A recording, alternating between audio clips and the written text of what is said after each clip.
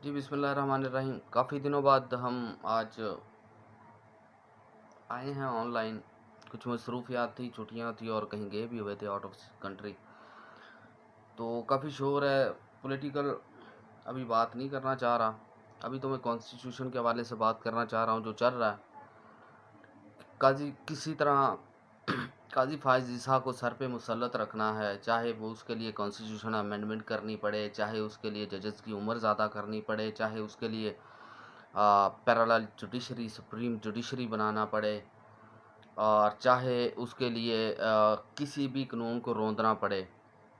आपको याद होगा कि इससे कुछ अरसे पहले जब काजी फाइज इसाद जूनियर जज था और बेंच को फिक्स करने का इख्तियार सिर्फ़ और सिर्फ चीफ जस्टिस के पास था, तो काजी फाइज इसाद जो कि इनका चमचा खर्चा है और जिसने पाकिस्तान के निज़ाम अदल में इतना गंद डाल दिया है कि अब उसका सही होता नज़र नहीं आ रहा। हमें कुछ कह लें कि अब शायद ही कोई ऐसा लम्हा आए कि ये शायद ये जस्टिस सिस्टम अपने पाँव पे दोबारा खड़ा हो जाए।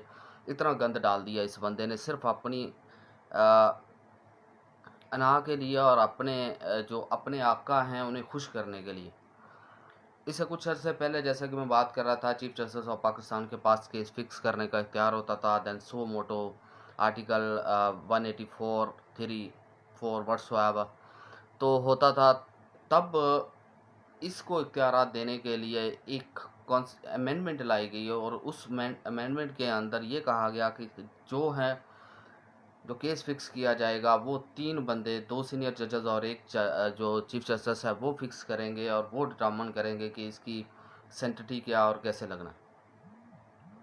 वक्त के साथ साथ जब उन्हें पता चला कि जब ये खुद चीफ जस्टिस बना और नीचे वाले 2 जजेस जिनमें जस्टिस मुनीब अख्तर और अभी जो जस्टिस मंसूर अली शाह, तो वो एक सेट ऑफ माइंड है और ये उनके मुखालिफ चल रहा है, क्योंकि इसने हर सूरत में अपने आकाओं को, जो इसके कर्ता धर्ता हैं, जो इसके मालिक हैं, उन्हें खुश करना है। इसके लिए इन्होंने फिर अमेंडमेंट तो खैर ना कर सके और इसके लिए एक ऑर्डिनेंस जारी करवा दिया, क्योंकि ऑर्डिनेंस की फैक्ट्रियां तो हैं। ऑर्डिनेंस जारी करवाया कि अब चीफ जस्टिस और उसका सीनियर होगा और सीनियर के बाद एक वो बंदा होगा जिसे नामजद करेगा चीफ जस्टिस। किसा मुख्तसर के इधर अमेंडमेंट आती है, शाम को वो ऑर्डिनेंस आता है और सुबह को वो चीफ जस्टिस जो है, नाम नहाद चीफ जस्टिस, जिसने जो खुद करप्शन में इतना इन्वॉल्व है कि जिसकी बीवी भी करप्शन में इन्वॉल्व थी, अपने आप को बचाने के लिए पता नहीं क्या क्या जस्टिसों की धज्जियाँ उड़ाई जा रहा है। अच्छा, बाद में ये करते हैं।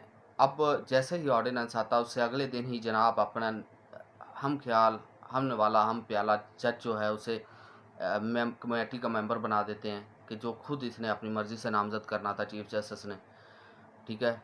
और वो जो हैं जस्टिस अमीनुद्दीन को कमेटी का हिस्सा बना दिया। अब केस वो फिक्स करेंगे, यानी 2-1 की रेशो होगी। अब जस्टिस मंसूर एक साइड पे हो गया, ये दोनों, यानी कोई ऐसी चीज़ जिससे इसे सहूलत न दी जाए। अब आ जाते हैं मेन टॉपिक पे।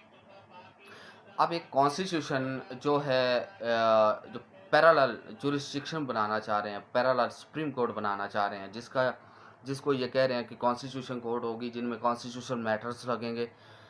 तो और जो उसका बर्डन है, बाकी सुप्रीम कोर्ट का जो बर्डन है, पब्लिक के जो केसेस हैं वो पेंडिंग रहते हैं और ये कॉन्स्टिट्यूशनल जो मैटर है वो ज़्यादा हाईलाइट हो जाते हैं और उन्हें सुना जाता है। और पब्लिक जो है वो, ये असल में पब्लिक के लिए नहीं किया जा रहा। ये असल में एक ऐसे बंदे को लाना चाह रहे हैं कॉन्स्टिट्यूशनल मैटर में, जिसमें ये अपने सारा कुछ होना तो, क्योंकि कॉन्स्टिट्यूशन के अंदर है, इनके कौन के जो फंडामेंटल और इनके कौन से प्राइवेट और पब्लिक राइट्स हैं, ये तो सिर्फ कॉन्स्टिट्यूशन के अंदर खेलते हैं। चाहे जब चाहे मुमकिन आके उसे मरोड़ के साइड पे कर दिया। अब कि कॉन्स्टिट्यूशन जो कोर्ट होगी उसका हेड होगा ये नाम नहाद चीफ जस्टिस, और एक होगा जस्टिस मंसूर अली शाह। वो उस साइड पे होगा, ये इस साइड पे होगा। पैरेलल जो सुप्रीम कोर्ट होगी। और क्यों, कोई क्वेश्चन, जैसे मैंने पहले कहा कि क्वेश्चन क्या है कि ये पैरेलल इसलिए किया जाए कि कॉन्स्टिट्यूशन मैटर इधर हल हो और पब्लिक के इधर। तो भैया इसके लिए तो फिर हमें और बहुत सा लंबा चौड़ा जाना पड़ेगा। कभी इसने जुडिकेचर के बारे में पढ़ा है, किसी ने सोचा है क्या आर्टिकल 176 से लेके ऑनवर्ड जाएं जुडिकेचर क्या है और उसके बाद एक पैरेलल ऑलरेडी एक हमारे यहाँ जो फेडरल शरीयत कोर्ट है वो चल रही है। इसके लिए तो आपको पैरेलल हाई कोर्ट्स भी बनानी पड़ेंगी, कॉन्स्टिट्यूशनल को हाई कोर्ट्स भी बननी चाहिए, क्योंकि आर्टिकल 199 और पाकिस्तान कॉन्स्टिट्यूशन ऑफ पाकिस्तान का वो सारा कॉन्स्टिट्यूशन क्या है, प्रोविंशियल असम्बली के सारे केसेस जो इवन जो इलेक्शंस के होते हैं, जो इलेक्शन ट्राइब्यूनल्स बनते हैं, इलेक्शंस के मैटर होते हैं, प्रोविंशियल असम्बली के जो लॉज बनते हैं, वो सारे सबसे पहले यहीं चैलेंज होते हैं हाई कोर्ट्स में। अब हाई कोर्ट्स में अगर चैलेंज होते हैं तो इसका मतलब है यहाँ पे भी हमें हाई कोर्ट्स में भी एक कॉन्स्टिट्यूशनल हाई कोर्ट चाहिए जिसका एक सेपरेट मैटर हो जो यहाँ पे डील करे। अब नीचे आ जाते हैं, अब हमें उसके बाद कॉन्स्टिट्यूशनल सेशन कोर्ट्स भी चाहिए होंगी, क्योंकि जब बल्दियाती इलेक्शन होते हैं तो वहाँ पे भी कॉन्स्टिट्यूशन आर्टिकल 141 40 उसके अंदर जो हमारे जो बल्दियाती इलेक्शन होते हैं उनके प्रिजाइडिंग ऑफिसर और उनके जो होते हैं ट्राइब्यूनल्स वो सेशन जजेस होते हैं, हमें उनके लिए भी फिर पैरेलल सेशन कोर्ट भी चाहिए। अब आ जाते हैं आखिरी उसके बाद आ जाते हैं हमें सेशन कोर्ट पैरेलल चाहिए, हमें हाई कोर्ट पैरेलल चाहिए, हमें सुप्रीम कोर्ट अगर पैरेलल बननी है तो सिर्फ एक बंदे को निवाजने के लिए पूरी जुडिकेचर को, पूरी जुडिशरी को तहस नहस किया जा रहा है। और उसमें हमारे नाम नेहाद लीडरान जो कभी रहे थे, जिन्हें हमने अनफॉर्चुनेटली वोट दे के वहाँ बचाया हुआ है, आजम नज़ीर तारड़ जैसे वहाँ बैठे हुए हैं, उन्हें इस चीज़ की ज़रा खबर नहीं है कि ये कल को क्या होने जा रहा है। कॉन्स्टिट्यूशन मैटर वक्ती तौर पे आप बना लें, कर लें, उसे नवाज लें, कल को ये आप लोगों के सर पे आना सारा, ये याद रखिएगा। क्योंकि ये पॉलिटिकल जो इनिग्मा होता है ना वो इसी तरह चलता है, ठीक है। इसे इनिग्मा ही कहूँगा मैं कि ये एक पहेली है, जिसे कोई सॉल्व कर ले तो कर ले, नहीं तो साइड पे हो। ये कल को आपने भी जवाब देना है।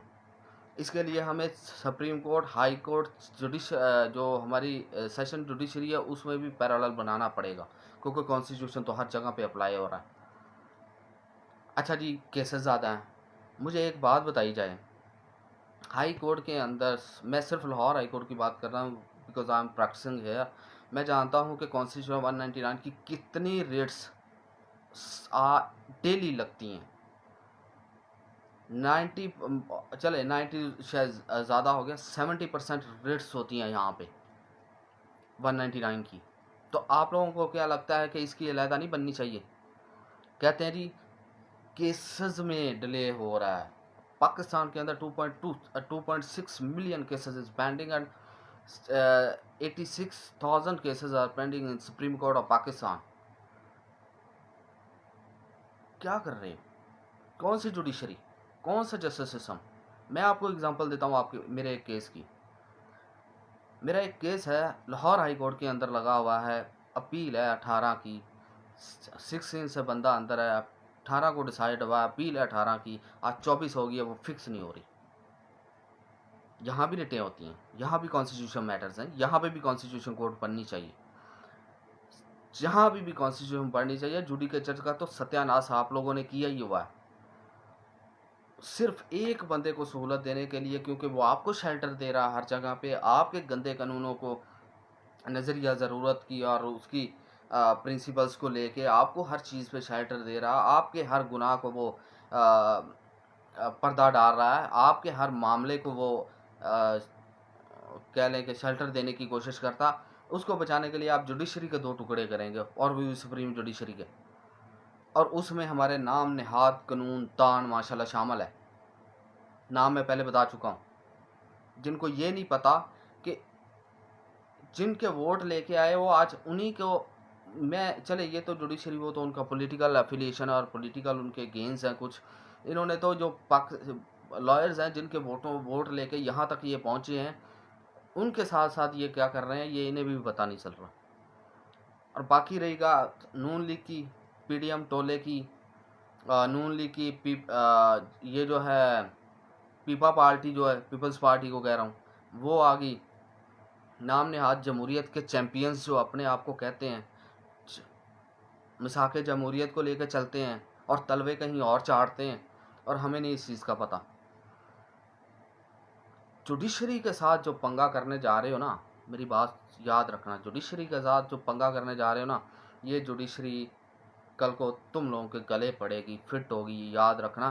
क्योंकि पॉलिटिक्स में nothing is permanent except change. Change ने तो कंटिन्यू रहना ही रहना। आज यहाँ पे हो तो कल वहाँ पे होगा, जब वहाँ पे होगा तो वो ही कॉन्स्टिट्यूशन की जो अमेंडमेंट करके जो पंगे डाल रहे हो ना, ये तुम लोगों के गर्दन में फिट होंगे, ये याद रखना। पॉलिटिक्स बाढ़ में जाए, I don't care about politics, I am talking about judiciary because I am part of judiciary, I am the member of बार, क्योंकि हमारा कंसर्न है, हम उसी से डायरेक्ट डील करते हैं। मैं उसकी बात कर रहा हूँ। काजी फायज ईसा वो करैक्टर है, गंदा तरीन करैक्टर है हमारी पाकिस्तानी हिस्ट्री का, जो कि जस्टिस क्यूम के बाद दूसरा है ये, और उसके बाद देखने भुट्टो की फांसी वगैरह वाले में। ये गंदे तरीन करैक्टर हर जगह पे होते हैं, और ये सबसे गंदा तरीन करैक्टर जो मौजूदा दौर का फ़िरौन है जुडिशरी का, ये इसकी ये कह लें कि इसको पैरेलल दे तो रहे हो, लेकिन ये कल को तुम लोगों को काटेगा, ये याद रखिएगा। ये किसी का सका नहीं, क्योंकि ये पहले भी पाकिस्तान के भी बहुत कुछ करके कर चुका है। तो जुडिशरी में जो बाइफर्केशन करके पैरेलल चला रहे हो, तो पैरेलल हर जगह पे बनाओ, ताकि हमें भी पता चले कि कॉन्स्टिट्यूशन पेश होना है कि इधर होना है। हाई कोर्ट में सबसे ज़्यादा ज़रूरत है।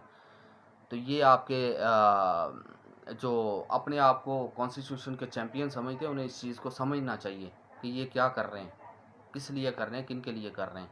अल्लाह सबको हदायत दे।